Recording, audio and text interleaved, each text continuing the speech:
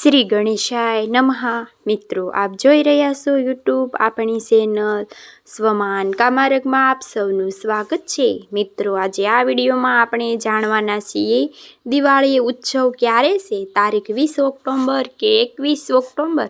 કારણ કે આ વર્ષે બે દિવસ બધી તિથિઓ પડે છે. ક્યારે લક્ષ્મી પૂજન કરવું, સ્નાન દાન જપ ક્યારે કરવું, અમાવસ્યા કે સર્વે કાંઈ આપણે આ વિડીયોમાં જાણીશું અને પૂજા મુહૂર્ત વિશે પણ. જો આપને આ વિડીયો પસંદ આવે તો લાઈક કરજો, શેર કરજો, કમેન્ટ કરજો. આપ આ ચેનલ પર પહેલી વખત જોઈ રહ્યા છો તો સબસ્ક્રાઈબ કરી લેજો, જેથી આવનારા નવા વિડીયોની માહિતી આપ સુધી તુરંત પહોંચી શકે. ધન્યવાદ. દેવી સર્વભૂતેશ્વરી લક્ષ્મી રૂપે સંસ્થિતા નમસ્તુતે નમસ્તુતે નમસ્તુતે નમો નમઃ. બોલો માતા મહાલક્ષ્મીની જય. મિત્રો, દિવાળી એટલે 5 દિવસનો તહેવાર મનાય છે. ધનતેરસ, કાળી ચૌદશ, દિવાળી, બેસતું વરસ, ભાઈ બીજ. આ વર્ષે 6 દિવસ આ દિવસ ઉત્સવ પડે છે, જેમાં 18 ઓક્ટોબર 2025 શનિવારના દિવસે ધનતેરસ, 19 ઓક્ટોબર 2025 રવિવારના દિવસે કાળી ચૌદશ,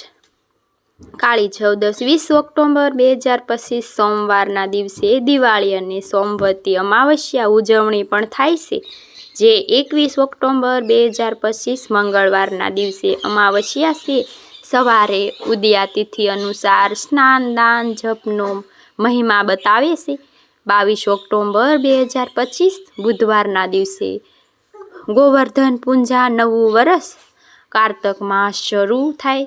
23 ઓક્ટોબર 2025 ગુરુવાર ભાઈબીજનો ઉત્સવ યમુનાજીના, જેમાં સ્નાન દાન જપનો મહિમા. આ રીતે દિવાળીના દિવસે દિવાળી થાય છે. આમ જો તો દિવાળીનો ઉત્સવ ધામે ધૂમે આખા દેશમાં ઉજવાય છે. દીપાવલી શુભ પર્વ દર વર્ષે આસો માસની અમાવસ્યાના દિવસે મનાવાય છે. એવી માન્યતા છે કે ભગવાન શ્રી રામચંદ્ર ભાઈ લક્ષ્મણ અને માતા સીતા સાથે 14 વર્ષના વનમાંથી 14 વર્ષનો વનવાસ ભોગવીને અયોધ્યામાં પાછા આવ્યા હતા.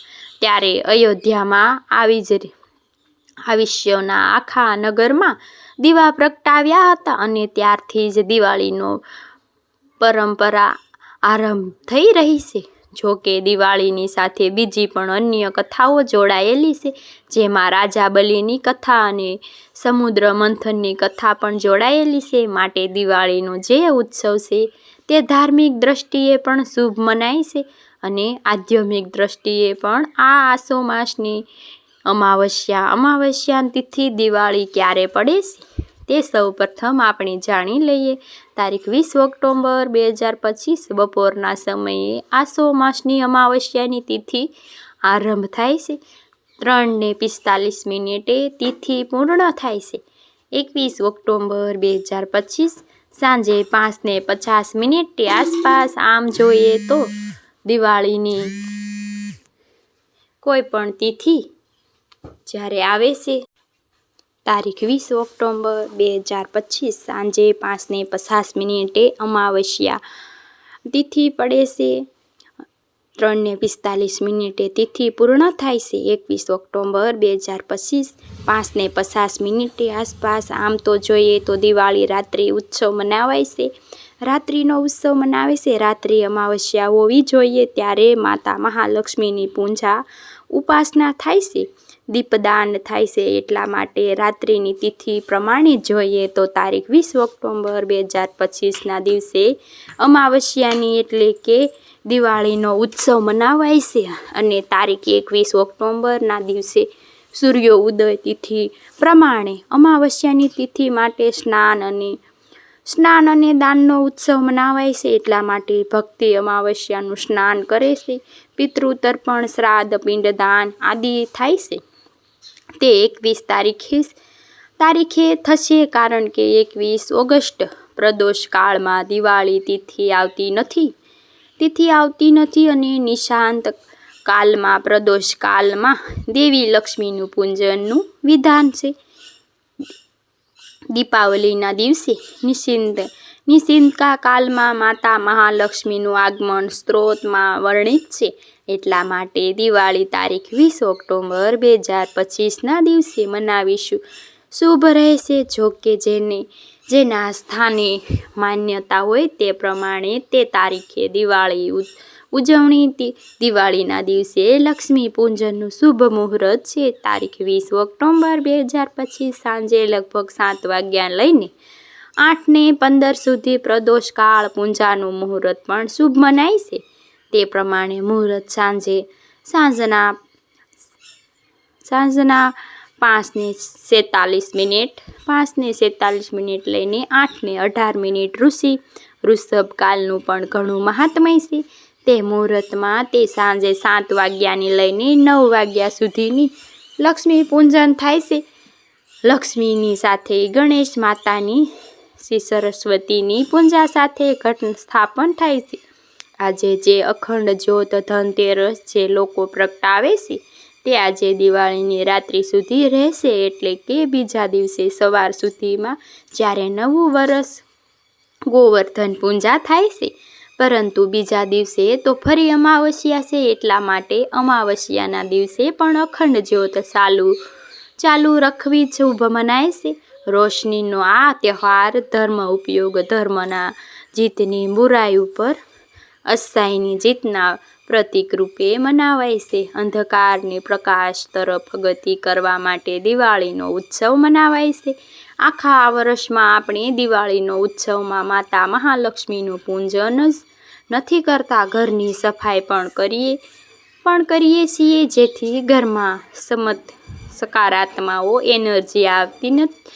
નવી ખરીદી થાય છે અને ઘરમાં પણ સાફ સફાઈ કરીને આપણે આપણા નવીનતમ ઘરને બનાવીએ છીએ, રંગોલી કરાવીએ છીએ, જેથી માતા મહાલક્ષ્મીનું આગમન રહેશે. કારણ કે કહેવાય છે કે જ્યારે ચોખ્ખી વસ્તુ પડેલી છે, જ્યારે ચોખાઈ છે, ત્યાં માતા મહાલક્ષ્મીનું રાત્રિના સમયે આગમન થાય છે. એટલા માટે દીપોત્સવ મનાવાય છે.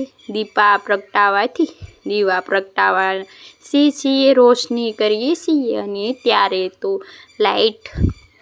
લાઇટિંગનો જમાનો છે, લાઇટિંગ પણ આપણે કરી શકીએ છીએ.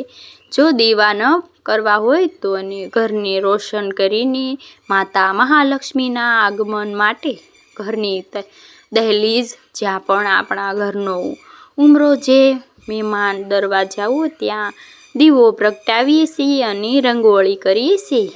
આ ઉપરાંત ઘરના મંદિર પાસે, ઈશાન ખૂણામાં, રસોડામાં જ્યાં આપણે માટલું રાખીએ છીએ ત્યાં પણ ચૂલા પાસે, કચરા પેટી પાસે, તુલસી ક્યારે અને ઘરના ખૂણામાં દીવો પ્રગટાવીએ છીએ, જેથી માતા મહાલક્ષ્મી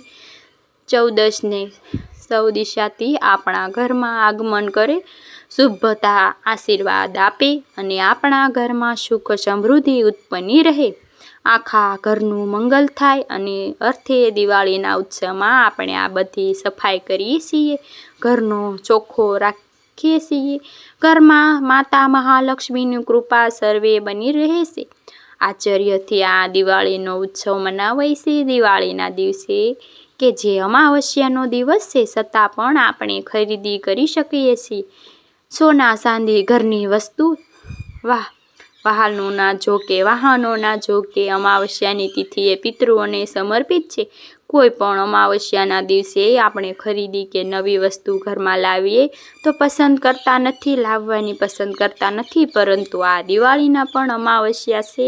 આ તો માતા મહાલક્ષ્મીની અમાવસ્યા છે. એટલા માટે આપણે શુભતા લઈ આવવા માટે ઘરમાં કંઈક ને કંઈક ખરીદી કરી લાવીએ છીએ.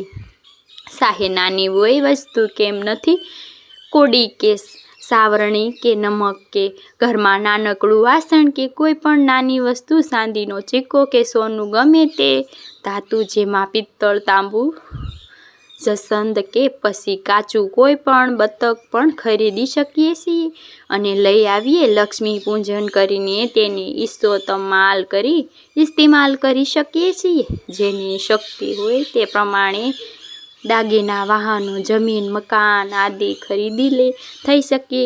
દિવાળીને લાભ પાંચમનું પણ શુભ મુહૂર્ત હોય તો ખરીદીમાં મોટું આ દિવસે કહેવાય છે. જો આ વસ્તુ લઈને આવી રીતે ઘરમાં લાવવામાં આવે તો માતા મહાલક્ષ્મી બરકત રહે છે. દિવાળીના દિવસે રાશિ અનુસાર ખરીદી પણ શુભ મનાય છે.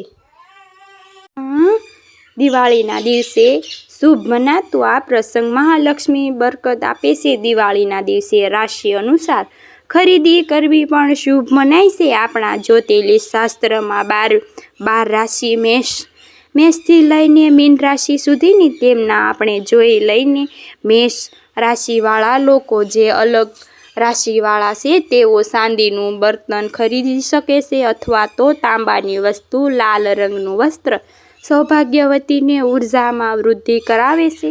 વૃષભ રાશિ બહુ રાશિઓ તે માતા મહાલક્ષ્મીની ઘણી પ્રિય છે. આ લોકો આજે ચાંદીની વસ્તુ લઈ શકે છે.